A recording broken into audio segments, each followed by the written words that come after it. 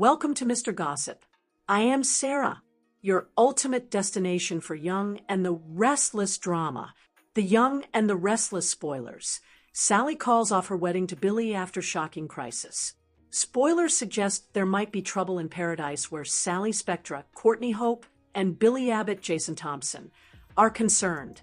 With Jill Abbott's Lauren Koslow, recent visit, and Kane Ashby, Billy Flynn, running chancellor, the two have already had some small disagreements.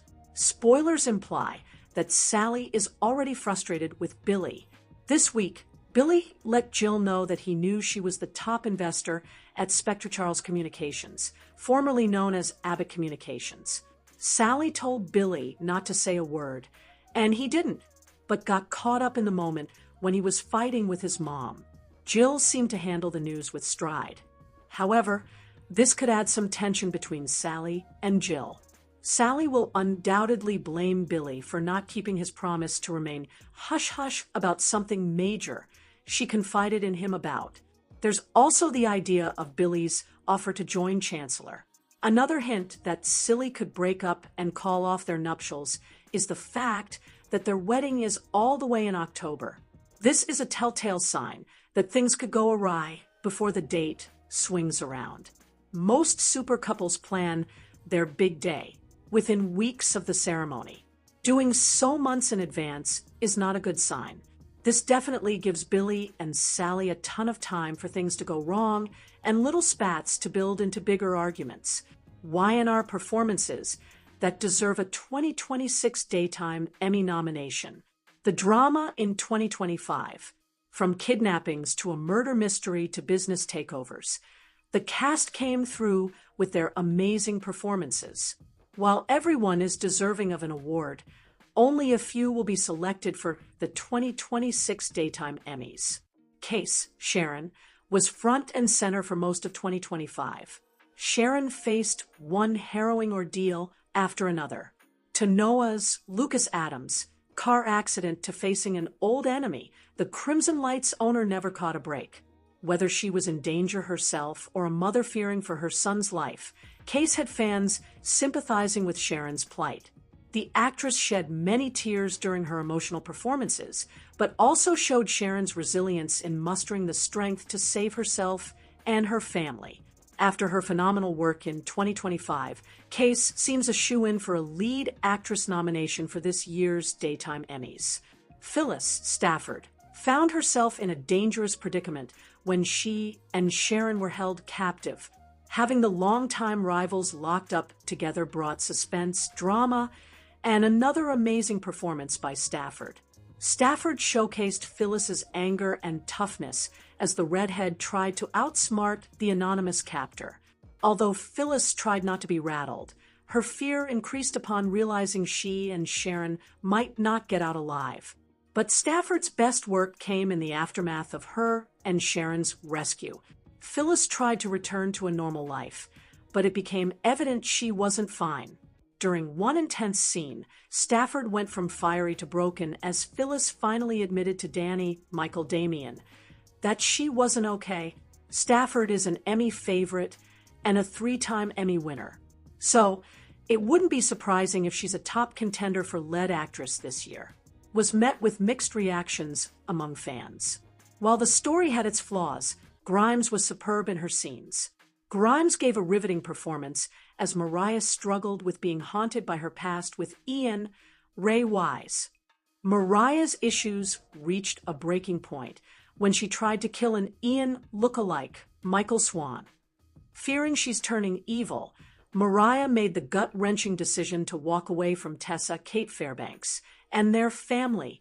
Although viewers disagreed with Mariah's choices, they also felt her pain as she grappled with her heartbreaking decisions. Grimes' performances during Mariah's unraveling were the highlights of this storyline. For her hard work, Grimes could score an Emmy nomination for supporting actress. Zenk's Jordan's latest return came to an end in January 2025. Jordan was back to cause more mischief with her new partner in crime, Ian. However, Jordan's niece Claire, Haley Aaron, and the Newmans soon busted Miss Howard's scheme. Zenk did an astounding job as Jordan realized the walls were closing in on her. Instead of letting the Newmans win, Jordan beat them by drinking poisoned tea. As the poison took effect, Zenk unleashed Jordan's anger with one final tirade towards the Newmans and a warning to her beloved niece. Jordan's swan song was a tragic yet perfect way for the villain to be written out. So far, Zenk's been shut out of the guest performer category, but 2026 could be the year the actress finally scores a nomination. YNR, The Rinse, July 6th. Patty doesn't need the truth when Diane gives her something better. Patty didn't need convincing evidence to protect herself. Diane's grief and anger helped Patty reshape the story before the investigation truly began. Patty found herself in the strongest position she'd been in since this nightmare began. Jack lay fighting for his life. The police surrounded the Abbott house, and the facts should have pointed directly at her. Instead, Diane's emotional response gave Patty an opportunity to reshape the story before anyone could uncover the truth. Patty, Stacey Hayduk, knew the evidence against her looked overwhelming. Jack, Peter Bergman, had been stabbed. Diane, Susan Walters, had escaped captivity, and police found Patty hiding upstairs, covered in blood. Rather than defend herself with facts, Patty immediately went on the offensive. She claimed Diane had attacked both her and Jack, casting herself as the frightened victim instead of the person responsible. Under ordinary circumstances, the accusation would have sounded impossible to believe. Patty counted on something much more persuasive than logic. She counted on Diane's emotions taking over the moment they came face to face. That gamble paid off almost immediately. Perception became Patty's most powerful weapon. Diane had every reason to hate Patty. She just escaped captivity and returned home expecting safety, only to find Jack bleeding on the dining room floor. Seeing Patty standing there was more than she could bear. Instead of focusing on helping investigators understand what had happened, Diane repeatedly tried to get to Patty, Kyle, Michael Mealer, and the officers had to hold her back as she lunged toward the woman she believed had destroyed her life.